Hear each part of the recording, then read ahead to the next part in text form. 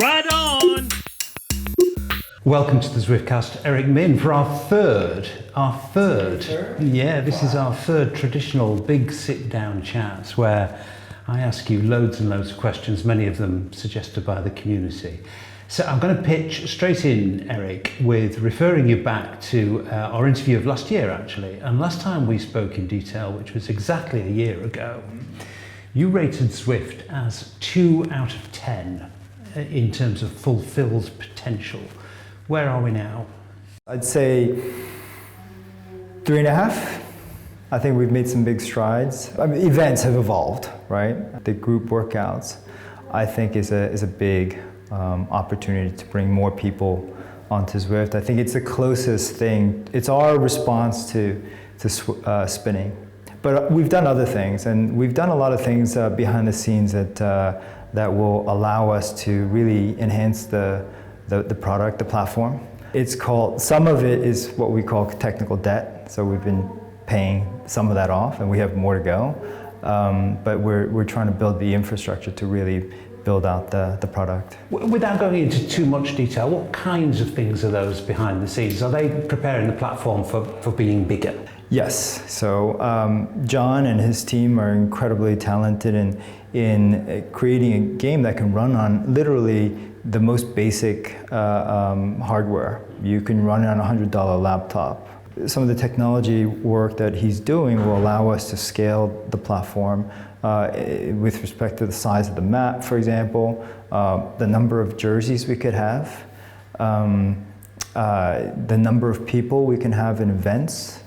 So there's a lot of work that's happening behind the scenes that's not so obvious to the community, but it's setting us up so that we can be ready for the kind of growth that we expect to have this winter.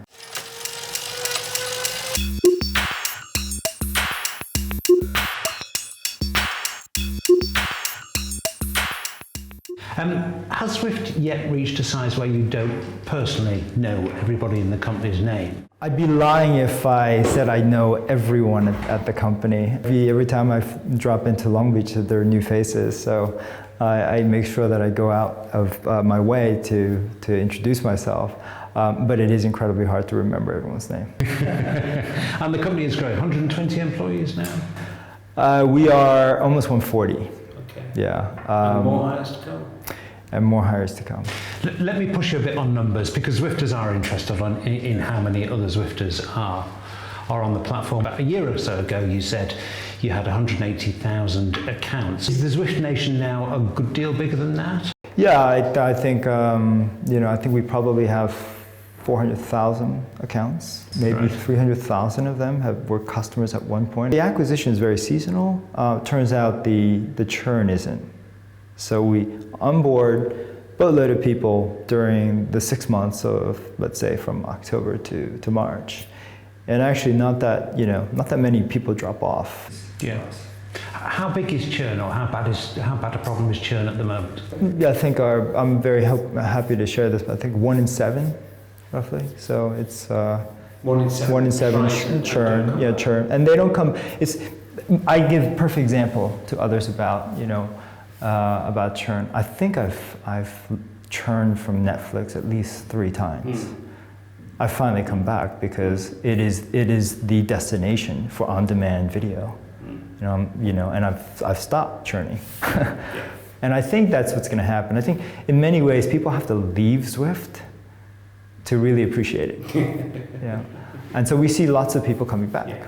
What proportion of company resource, or what proportion of company priority is devoted to pleasing current users versus attracting new subscribers? I think the product is really about servicing the existing customers. We're investing in running, and perhaps we'll invest in rowing, but our core is, we have to create a great experience for our existing customers. It makes sense for us to service our core, our existing customers best as possible, because they will help us to grow the network. Around this time last year, you closed a funding round.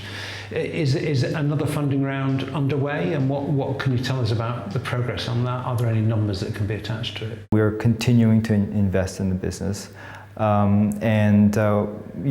This is I think what partly differentiates us versus others that have come before us. It does take a lot of capital to see this through, and we are still some way from achieving profitability, which is fine because we think this is a business worth investing long term. So you've carefully avoided answering the question, Eric, as to whether a funding round is actually going to happen. Yeah, it's inevitable. We'll have to go back to the well and raise more capital. I mean, that's just the nature of the business that we're in. Do you expect that to be easy? I think we've shown enough momentum that investors will find what we're doing very interesting. We're not chasing a niche business. I mean, we think the market is vast. We think that everyone is chasing fitness. So if you use that as a basis for determining the total addressable markets, it's quite big. Our belief is that if we continue to focus on building a great product, great experience, so that more people are motivated to get fit, I think that's a fine mission to chase. I think we can create a great business on the back of that mission.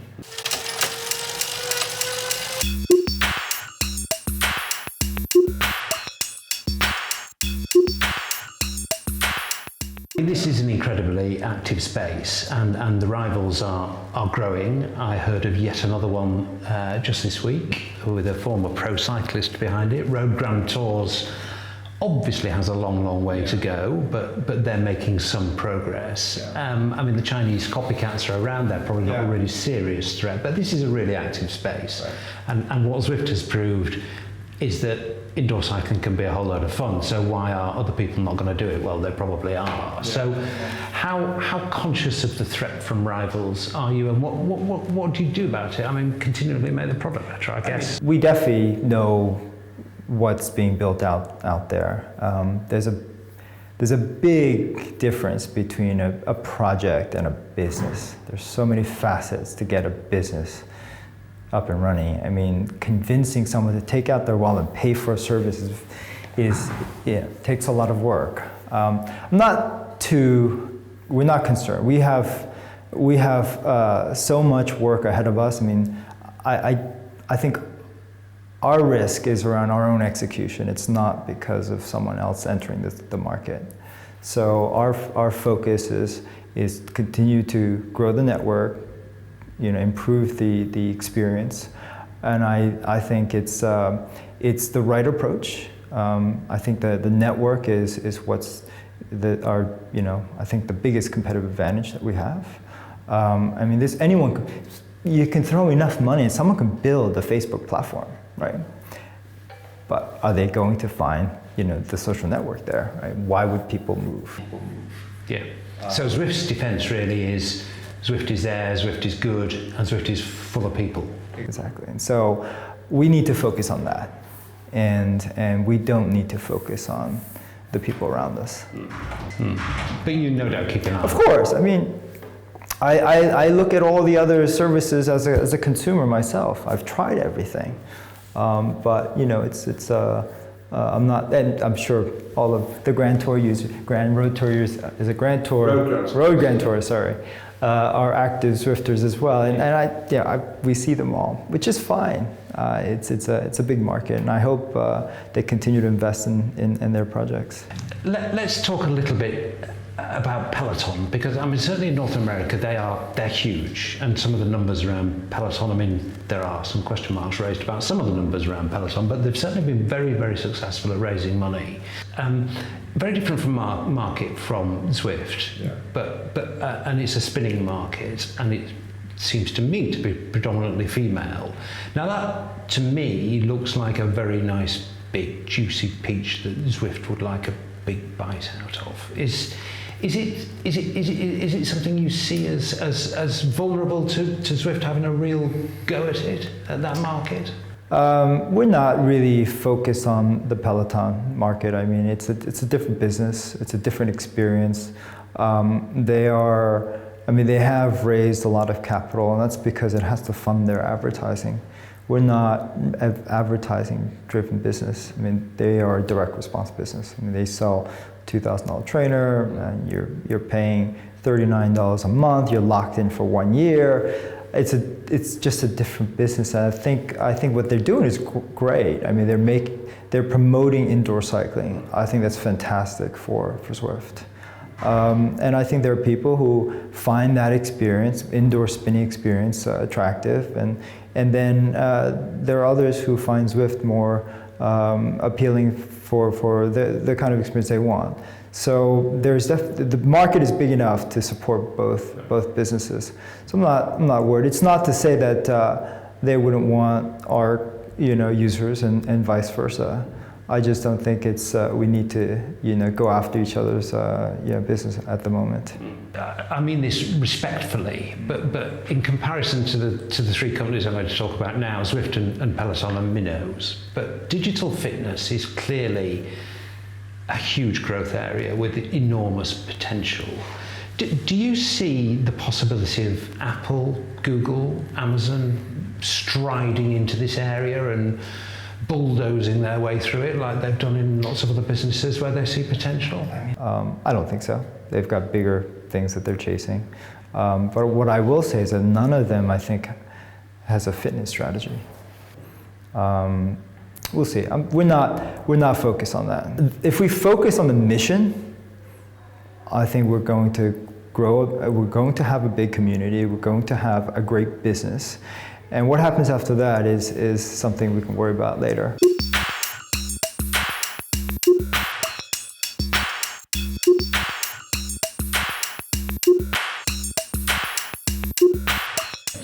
Right, let's get on to the stuff that Zwifters really, really want to hear about. And I don't know how much of this you can tell me, but I've got to ask. So what's the long-term strategy on courses or maps, whatever we want to call them? I mean, is Zwiftopia always going to be the jewel in the crown?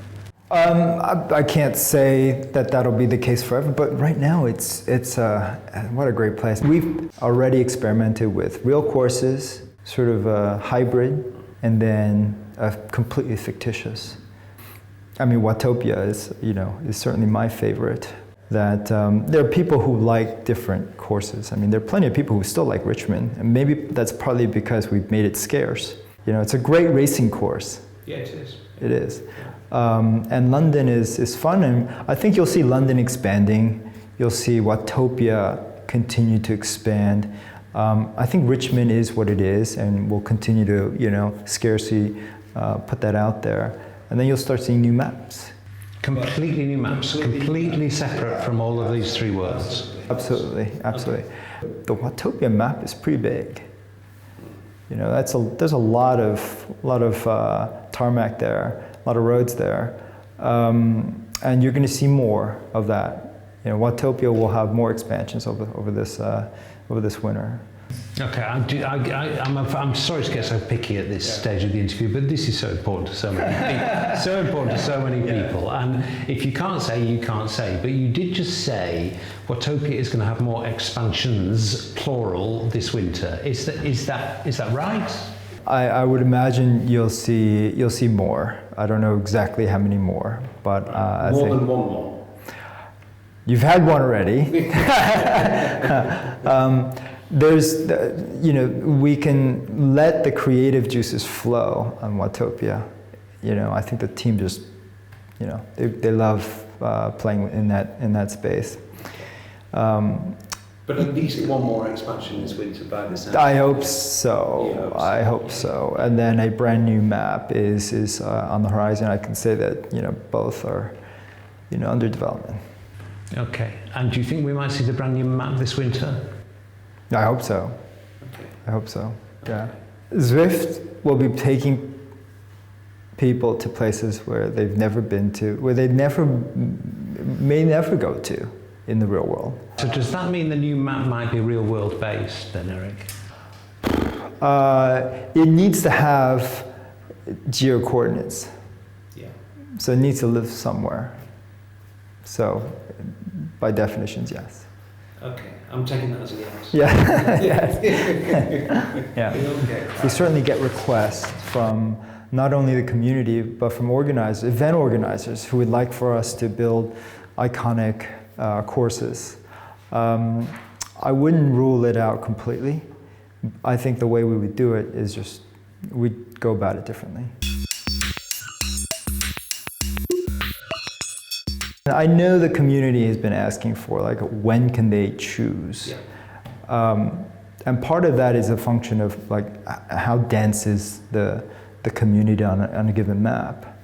I think you'll start seeing some of the, you know, for events, perhaps you can go to, if you're doing a race, you know, maybe we'll take you to Richmond to do the race.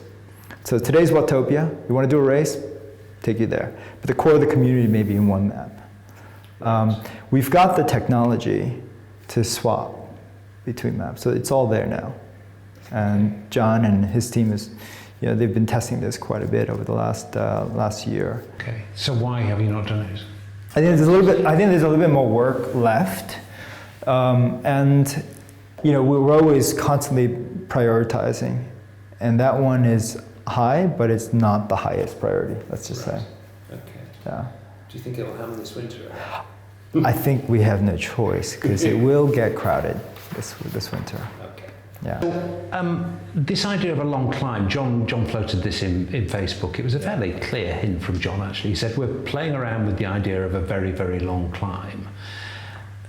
Why? Why would you do that? I mean, what percentage of Zwifters do the big climb?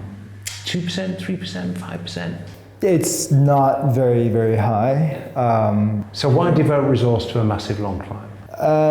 I think there are so many users out there who crave for that, and I think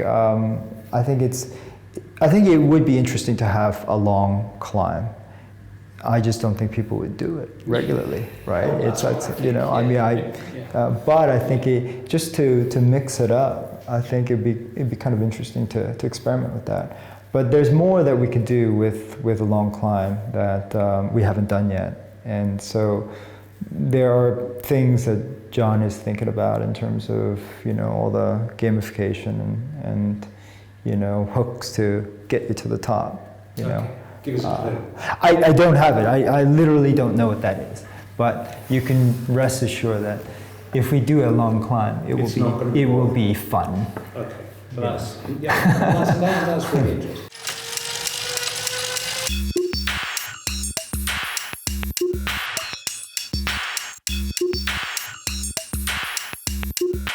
Would you ever consider the facilities of Zwift to kind of generate a sort of what I might call a kind of vanilla landscape, a kind of, you know, identikit landscape, but where you could put in rides that you'd previously done, so recreating your own rides, but not in obviously such a rich landscape. Is that something that could be part of the Zwift experience? People ask for it a lot. You know, we thought about that as well. I mean, we've seen other companies do that, and you will never get a beautiful map that way. Unfortunately, it requires a lot of hard work to create a beautiful map. So nothing could be auto-generated and have a polish, you know, finish that you'll see in Zwift. So I'd say the answer is probably no.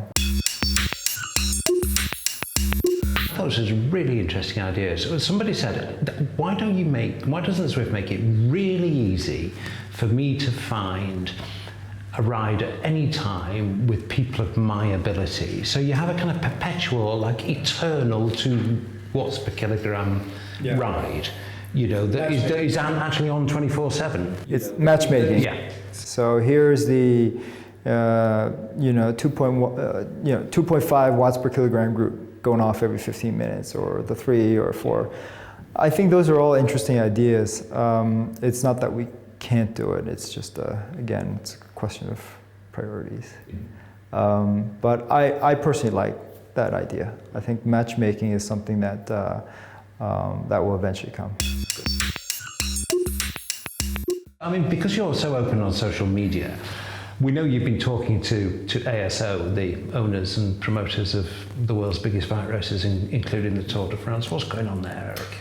Well, you know, we have big fans at ASO. They use Zwift, they love Zwift, and they see real benefits in using Zwift to prepare for real events. You know, they have L'Etape du Tour, they have all these L'Etape events all over the world. Could Zwift be a tool to help prepare people for events that people will, you know, probably spend a lot of money, you know, traveling to?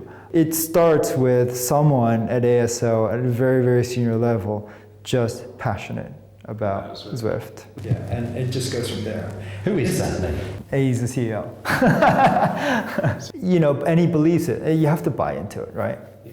And so he sees opportunities for ASO to work with us to promote more events and bring more people, you know, into his events and get them fit. I mean, we have the same goals. Right on! Triathlon and triathletes, is there a big push there? Yes. I mean, we have almost 20% of our user base from the tri market, and that's without even going after the tri market. Right. So it's an audience that we have, and we just haven't served them at all. So we thought, okay, we need to start creating content for them and activating that community and supporting them. And these guys are training three different sports. They don't, and you know, we can serve them for two of the experiences. We're building a team of people who really understand this market, who understand the consumers, and understand the kind of experience that they want. And so you'll see more and more of that. How far off is rowing, do you think? Boy, I mean, we tinkered with that, you know, last year. Yeah. You know, the community tinkered with that, you know, maybe 2 years ago. Yeah. I think, you know, we'd like to see that come out sooner rather than later. But, you know, we have so much work to do with running first. I'd say within a year, you'll see something. Right on! This was a great question. I'd never thought to ask this. Who does the ride-on voices? It's no one at the company. You know, there are professionals who voiceover. Yes. And you know, we had to go through a number of different ones to get it right. Yeah, maybe sometime in the future you can choose different voices, right? Right on! There's a huge backlog of equipment that we want to release into the game. But what we're trying to do is make sure that we've got the right economy for that. We want people to have choices and not just, you know, release products that they may or may not want. So I think what you'll see this year is, this winter, is the ability to perhaps choose. And so we'll start unlocking more. This is bikes, this is jerseys, and there's a whole host of products that we can release. So John and his team are working to make that available this winter. I think we're changing some of the economies. It's what gets unlocked with every level, what's available in a virtual store. And how do you earn that? So there's some changes that are coming in that front. I don't find it particularly exciting to do a velodrome.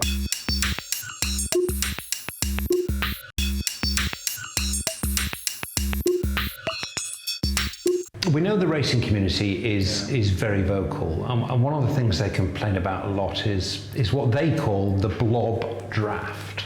Okay, and this is the idea that when groups swell to very large sizes, the size of the group seems to have this kind of weird effect in Zwift where it just gets faster and faster and faster and faster.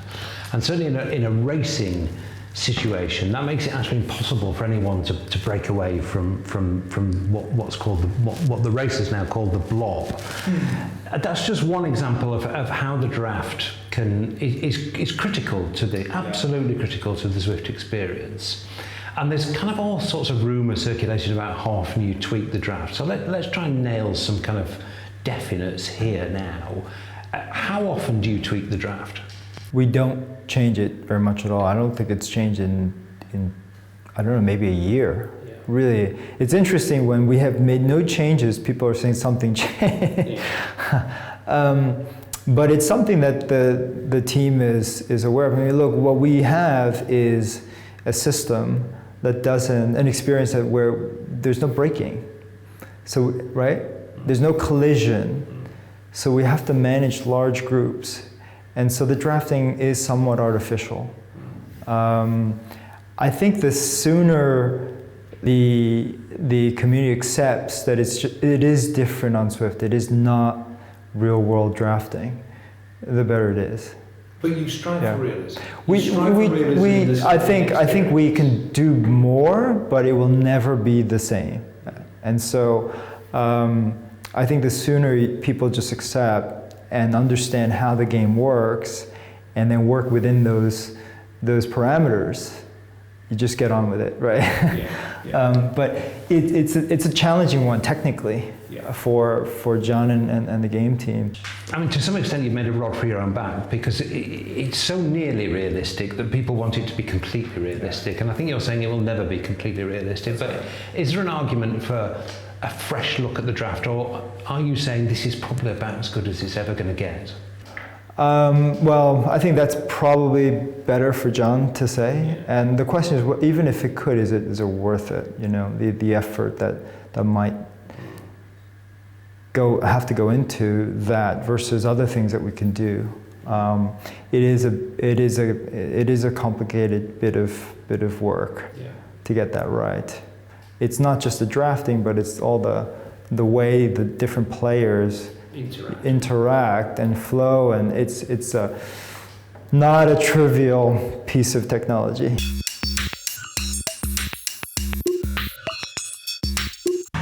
How do you see group workouts developing, Eric? I mean, to me, that looks to be a hugely significant development for the platform. Do you share that view? And group workouts looks like super early days. It looks like one of those products that we'll look back on in a year or 18 months and say, goodness me, that was basic, look how far it's come. Is that the kind of right way of thinking about it? I think it's a game changer, complete game changer. I mean, it's brilliant for coaches, right?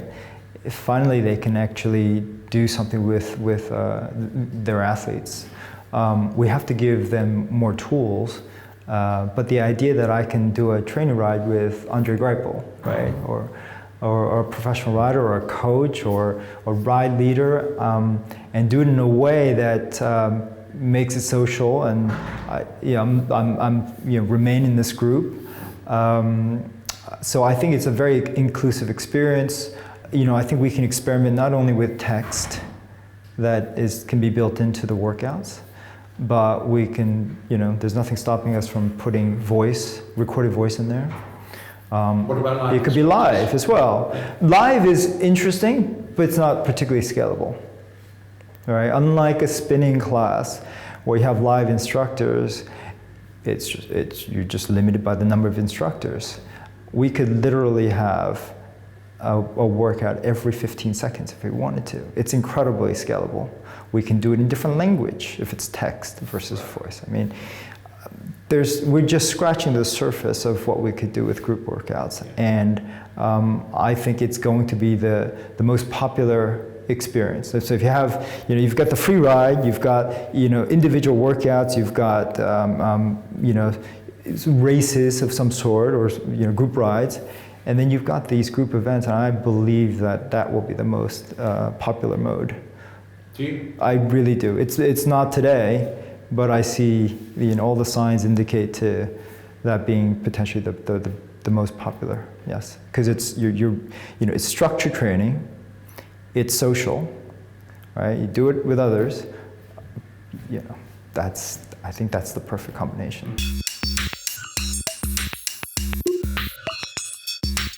eCrit Live Final in Melbourne looked to be a very, very successful experiment. And I mean, it clearly was, because you've rolled out this format now of a race series, culminating a live final. for real. Is this, and I kind of asked this question on the last episode of the podcast really, is this Zwift saying we love racing official? I mean, is this Zwift really getting behind racing now? I think we are getting more comfortable with it, and it's not perfect. I think for Zwift to become truly eSports, and other people might disagree, I think what's lacking is skills, right? At the moment, it's predominantly, go as hard as you can. It's time trial, right? It's about pure effort. That's not the case in the real world, right? The strongest rider in the real world does not necessarily win. Or more often than not, they don't. And so what is that in Zwift? And we haven't figured that out yet. So I don't think we can say that we are, in eSports yet. I think we'll eventually figure it out. But the element of having skills in Zwift is still not, defined. The more well-informed people around this area would, I'm certain, agree with that. But in the meantime, you're clearly going to continue with racing because it's great content, apart from anything else. And we are seeing racing now featuring in your advertising. And the cynical might say, well, if you're going to benefit from the success of racing, which really has stemmed from the community, I mean, it's been completely community organised and community generated. Zwift is now helping and has been helping for some time, but really it's come from the community. And Zwift is now using it in its advertising and marketing. Is it not then incumbent on Zwift to try to do more to root out cheating? And there are things Zwift could do. I mean, if somebody enters their weight at 80 kilograms and 2 days later enters it at 42, Zwift could do something about that. Yeah. What we'd like to do, it's a difficult place to be, right? And I'd say I probably would rather give those tools to event promoters and let them do the policing. But that would mean them having a direct relationship with your customer. Yeah. No. I mean, it's not all races are Zwift Power races, for example. So perhaps there are races which are just open, and it's harder to catch people who might be sort of, let's say, cheating. I mean, I think there are plenty of people who are just using equipment that's just poorly calibrated, and and there are clearly people who are probably cheating, and I think the community has flagged those. Could we potentially give tools to event promoters so that they are blacklisted from events? Possibly. I mean, these are all things that I think we need to discuss internally. It's not a nice thing to prevent a paying customer from. So this is the tricky part. People are mature enough to get that, Eric. But I think when they see racing being used in Zwift marketing, that's a fair point. And racing to an extent being used to sell the platform, there are people who might say, and I think I might have some sympathy with them, that Zwift just needs to be a tiny bit more active. Yeah. But it's the one thing in the community that really raises hackles. I mean, are you yeah, I do follow some of the discussions. At the moment, this is something that we do need to sort out internally. There may be a couple of things that we could do to help support that. So we'll have to see. Were you pleased or disappointed with the level of graduation from the men's academy? I think we need to tweak the program for next year, because the professional contract was really for the under 23, and they should have had a slightly different program than the broader community that just wanted to participate in training. I looked at the program. I looked at the workouts, and they're pretty hard. 90 minutes commitment for some of the workouts. I mean, that's a lot to ask for. So I think one of the things that we learned this year is for those who are clearly not gunning for a pro contract, well, they should have more flexibility. It should be easier to achieve. By doing that, we probably could have double, triple the number of people who completed, including just starting. I think people are just intimidated by the program. So yes, it's a learning exercise for us. The women, did the men put the men to shame? I mean, there was twice the rate of graduation from that. Do you think that was because they knew what they were getting after last year? I think so, because we had so many returning for the program. I think that really helped. And if that's any sign of what might happen with the men's field, I think we should see, on a similar level of growth in terms of how many people will complete the program. Eric, what has happened to voice?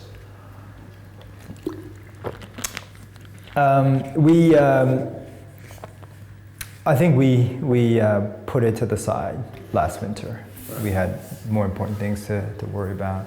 I think it's something that will resurrect again this winter. And sometimes we question, is it that important?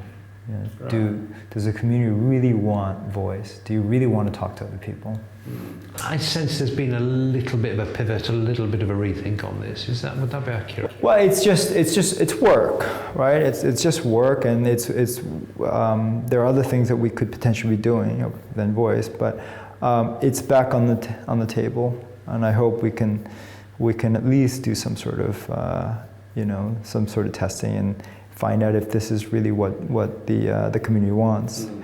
There is a very small community that actually uses like the Discord and the TeamSpeak to talk to one another. But if we do implement voice, it's got to be super, super easy, and we have to respect privacy. So it's a more complicated issue than possibly at first sight you thought it was. Yeah, it's a little bit involved, but I think I'd like for us to experiment with that this winter. Right.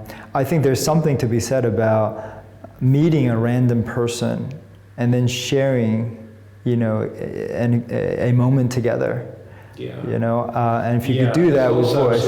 There's also something that tricky about right. That. And then so we have to give, we need to think through what are the privacy settings that we need to offer to consumers. And some people might say, I don't want anyone to talk to me. Yeah. And so that could be a turn off in itself, right?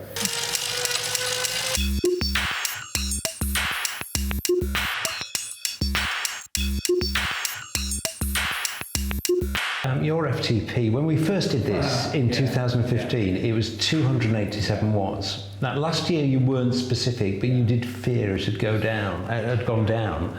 So where is it now, Eric? I think I'm right back there. I did lose some weight this year, which helps to, I did get fit. So I did get some coaching, and I was on a program. I'm no longer on that, but I'm sort of in maintenance mode. I'm reasonably fit. So with 5 hours of riding a week, I can pretty much go out and ride with my mates and do a 100-mile ride. I can't do it back to back, but it's certainly enough to still have perform respectively in the real world. Quite a lot of Silicon Valley companies, and I'm not sure that we can call Zwift a Silicon Valley company, but it kind of is in some ways. They have a kind of worldview that is kind of utopian, or they have these big aspirations to kind of change the world. Yeah. Is that something you subscribe to as a business? Well, if you're asking if Zwift has big aspirations, could we influence how people consume fitness? Could we touch millions of consumers? Yeah, absolutely. We're definitely one of those, I think.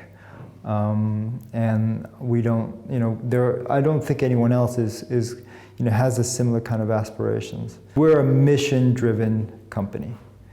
It's not we're led by the mission, and we believe that if we follow that mission, it will then lead to a very successful business.